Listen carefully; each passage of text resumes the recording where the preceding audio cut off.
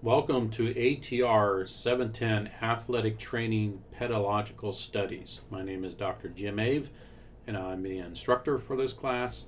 This is one of several different introduction videos that I have, or presentations that I have. So if you don't already have the syllabus, please have that in front of you. You can see on the syllabus I have my contact information there, my email, my phone number, my office number, and my cell phone. I do text, so feel free to text me if you have questions. Just let me know who you are, since I don't have your number in my contacts. I want to know who you are. And if you do call me on my cell, I probably will not answer because I typically don't answer phone calls from numbers that I don't recognize because I get a lot of junk phone calls. But if you do call, leave me a voicemail. Tell me that your name, you're in ATR 710, you got a question about the class that you want to talk to me about, and I'll get back to you. I'm here to help you. That's why I'm teaching this class. So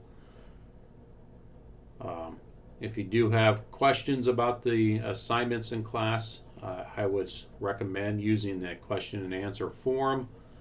Because if you have a question, more than likely somebody else in the class has the same question. Again, I'm here to help. I'm usually always in front of my computer, so you can shoot me an email and I'll get back to you as quick as I can, unless I'm in meetings and all those type of things. But if we need to talk,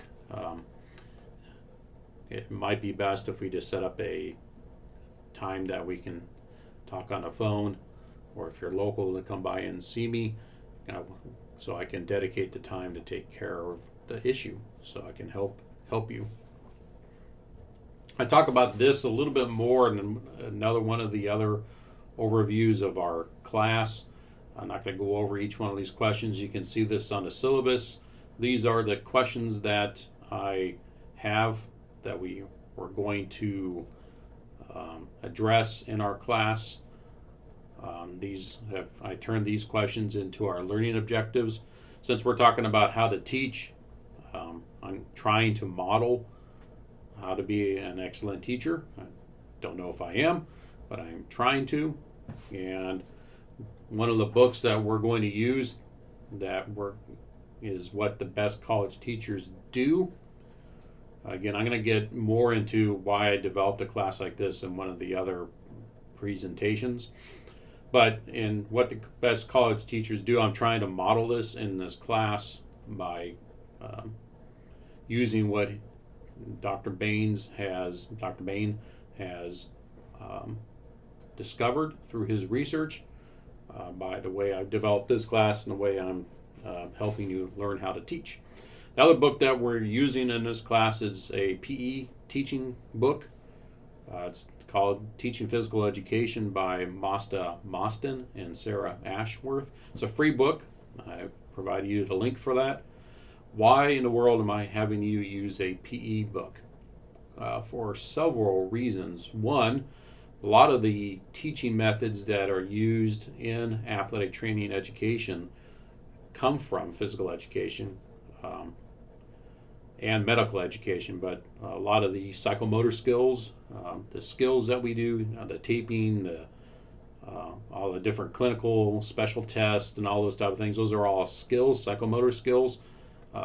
We can learn a lot from PE, and this particular book talks about a particular teaching style called the spectrum of teaching that I want to introduce you to, and you may end up using one of the teaching styles from this book for your signature assignment in our class. All right, so speaking of assignments, this class we're going to have devotionals. I just blanked on what they are, but we'll have weekly devotionals like we've had in all our other classes. So you will hopefully be encouraged in your faith through your time in these devotionals. I enjoy reading your reflections on the devotionals, like all the other devotionals that we've had in our classes. Let's respect each other's opinions and thoughts about what we're going to discuss in our devotionals. In this class, I actually have another presentation about the low-risk activities. What these are designed to do is, like if we're in a regular classroom, I would ask you a question about some things. We would share some things about one another. There would be no grade associated with it. It's just a way for us to talk about things about each other. And so that's what these low-risk activities are. They're not worth any points. It's just for me to learn a little bit more about you, and you to learn a bit more about your fellow students in these low-risk activities. They're important because it helps me kind of understand where you're coming from. Then we have actual formal learning activities. Some of these assignments are geared towards checking your understanding of the concepts that I'm teaching in the class. Some of these will be rough drafts for your signature assignment, so it just depends on each activity is a little bit different. But these are formal assignments. You are expected to follow all the formatting stuff that I'm kind of strict about. As you know, we have what's called signature assignments in our classes in the graduate program. These assignments hopefully are practical in nature, but are research-based. In this class, you're going to actually develop a athletic training lesson, and you actually teach the lesson using a particular teaching method. As I mentioned earlier, maybe you'll pick one of the methods from the Teaching PE book and modify it for an athletic training lesson. Again, I'm going to spend a lot more time on this particular assignment. You'll actually start working on this week. If you've had me as a teacher before, you probably have heard this part of this. I do this in all my classes. I think it's important for you to hear this, how to be successful in this class. One of the things that we learn in educational research is for students to be successful, they have to be taught how to be successful for a particular class by the professor and even by other students. So to be successful in this class, you should want to learn. This class is a little bit different than a lot of the other AT classes that you've taken in this graduate program or even in your professional program. It's about teaching. So hopefully you want to learn this material, and I'll talk about in one of the other presentations, there are two main types of teaching that we do as athletic trainers. We do professional teaching, like what I'm doing in this class, where you're teaching students, athletic training students.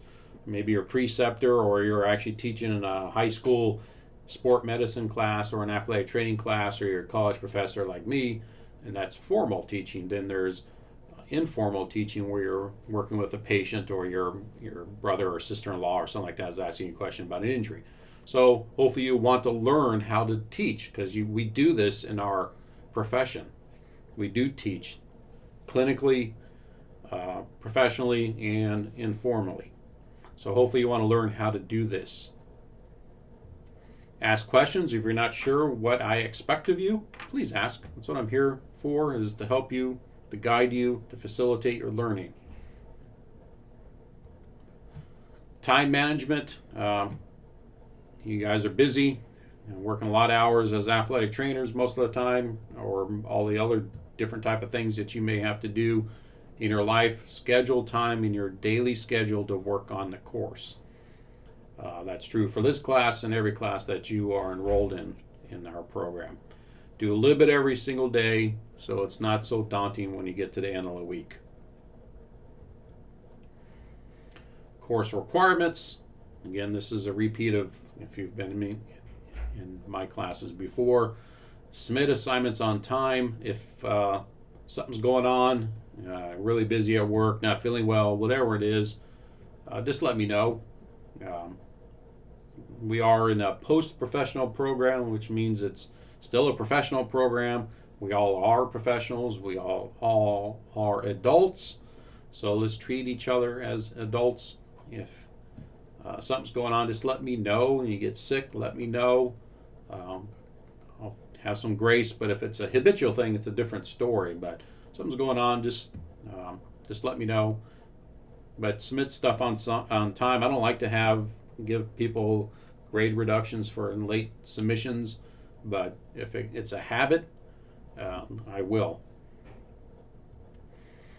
I've tried to do my best to be detailed in my directions, but students still can get confused because can not be clear at times. I try to be, but sometimes I think I'm being clear, but I'm not. If you're not sure, please ask. Sometimes it's just a miscommunication, and I can clarify those things for you and help you. Okay, so please ask. Formatting matters to me. It's one of my things I get a little bit too strict about. Some things I try to provide you templates. I try to provide you an APA formatted template for papers. Hopefully you've downloaded that and you have that and you use that for all your assignments. Or if I have other assignments that I want a specific formatting, I'll provide you templates, which I have for our teaching assignment, the signature assignment. If you haven't already started using Grammarly, please use that tool, especially if you're not the strongest writer in the world. What I require is with the Grammarly is remove the feedback from Grammarly before you turn it in to me. I have a link somewhere in class on how to use Grammarly. I also recommend that you add the add-on in your web browser. So when you're writing your forums, it'll catch any misspelled words or grammar issues. Forums are considered class time or formal assignments unless it's low-risk assignment. So for formal forum assignments, you are expected to support what you write with credible references. You'll provide a reference list at the end of your post. Following APA as much as you can. You can't really do the indenting and all that type of stuff on a reference page, which is fine with me, but make sure that you cite your references in the forum when you are supporting what you write. Now, if it's personal opinion, that's a different story. You don't have to support it unless you're using information to inform the way that you do something on a personal matter. The devotionals, again, let's respect one another. You typically don't have a problem with that, but just want to reiterate that we can disagree with one another and it's okay. We can still be okay if we don't tend to agree with everybody. With the forums, I typically don't insert my voice in them. I'm reading them during the week. I typically will grade the forums at the end of the discussion whenever the discussion ends. If it says that the discussion will end on Friday, I usually grade on Friday. I'll come in on Monday and grade them on Monday. So I like to let the whole forum play out before I grade them. And if I see some erroneous information consistently, I'll send out an email or a forum course announcement to clarify for students or correct students' thoughts on some things. You are expected to check your Fresno Pacific University email. If you're not doing that, please do that. I believe you can go into the Office 365 and forward that email to another email. It's just your responsibility to check the Fresno Pacific email. I'll give you feedback. Usually I use Microsoft Word's comments tool. If you're not seeing feedback, please check. You may have to be in the print mode, or when you have print version, I don't know what that view, I guess that's the right term, to see my feedback. I'll either give you feedback, like I said, in comment, using the comment tool, or actually use red fonts to make changes in your paper. This is especially true for the rough drafts for your signature assignment. Um, the reason why I have rough drafts is one of the things that Bain talks about is teaching of mastery or assessment to mastery, and that's what I'm trying to do. Is I'm trying to give you opportunities to be successful through the different drafts. So by the time you turn in your final paper, it should be an excellent paper. And as always, ask questions. If you're not sure what I'm expecting of you, please ask. That's what I'm here for, is to help you. And this is true for all the professors in this program. Please ask questions if you're not sure. If you're not hearing back from a professor through the Q&A or whatever, send them an email. Usually provide the cell phone, call them, text them, whatever. It's not just me, the other professors in this program too. Okay, so after this presentation, I want you to go and watch the introduction to this class. It's more involved. Since this is kind of a different athletic training class, I've provided a little bit more detail why I've created this class, what you'd expect in this class. I'm trying to incorporate the information from our textbook, what the best college teachers do. So please watch the different videos and presentations that have been provided, because these will help you understand where we're trying to go in this class. This class has a lot more videos or presentations than I typically will have in a class. And the reason why that is because a lot of our other classes have been have been taught in your professional program.